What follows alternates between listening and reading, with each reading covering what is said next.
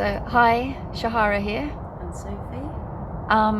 So today we're going to talk about using the biodynamic calendar in April. But before we start, we wanted to give some context to our experience. We're both alumni of the Biodynamic Agricultural Diploma, but we are still both very much beginners.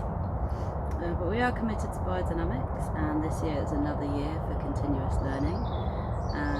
And making these videos is as helpful for us as we hope it is for you.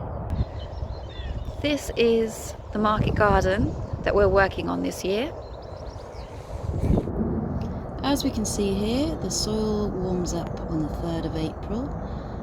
As it's just starting to warm up, we feel it's still a soil month, as you can see here, with lots of root days. So we want to continue to enliven our soil, which we'll do with our 3rd horn manure preparation this year. So there are quite a lot of root days in April, and we are actually taking advantage of this in our garden and planting our potatoes and our carrots. So we are looking at how to control slugs in the garden. So if we're looking at the second half of April here, we've got slugs ash from the 27th of April 2 AM to April the 28th at 7. So when we're looking at an ash, we'll just turn to the explanation in our lovely book.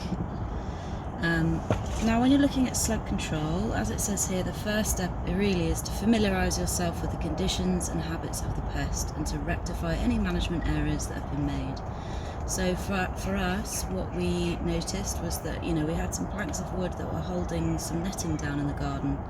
Now slugs tend to live under sort of wood and things like that, we realised that we had to remove that.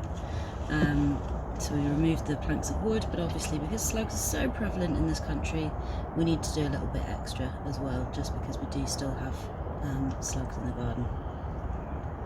So as we've already looked at ways to rectify any management errors that we may have made, we're now looking at other ways of controlling our pests, so our slugs that we're looking at now.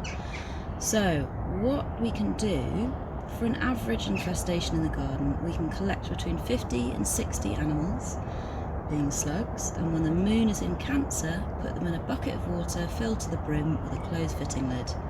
Let it stand for 4 weeks until the moon is again in Cancer, and then spray the liquid where slugs and snails are a problem.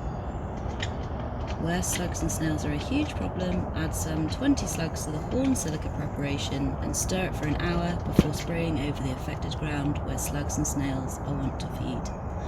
The light effect of silica is very disagreeable to slugs. Spray that 3 times successively. So what does it look like when the moon is in Cancer? If you look at the calendar, this is the symbol for Cancer, and this is the column for the constellation of the moon. So the moon is in Cancer on April the 1st. So that is a day that you could do your slug prep. And then again in April, we have the moon in Cancer on the 27th and the 28th of April. So this is another time that you can do your slug prep. So if you're interested in making a prep, this month is a good month for the Dandelion Prep, and you need to pick the dandelions in March or April in the morning during flower times. The flowers should not be quite open in the center, and you need to dry them on paper in the shade, not in bright sunlight. And then once they're dried, they can be stored and buried in the ground. And how to make that prep is described in lots of places. So good times to pick dandelions in April are on the 17th, the 25th, the 26th, and the 28th, which are all flower days. Yeah. So what is the significance of dandelions? So in the spring, when dandelions are blooming, nature elemental beings draw silic acid out of the cosmic ethos, and the dandelion preparation stimulates and enhances this organic process. Okay, so that's us for April. See you in June. Happy growing.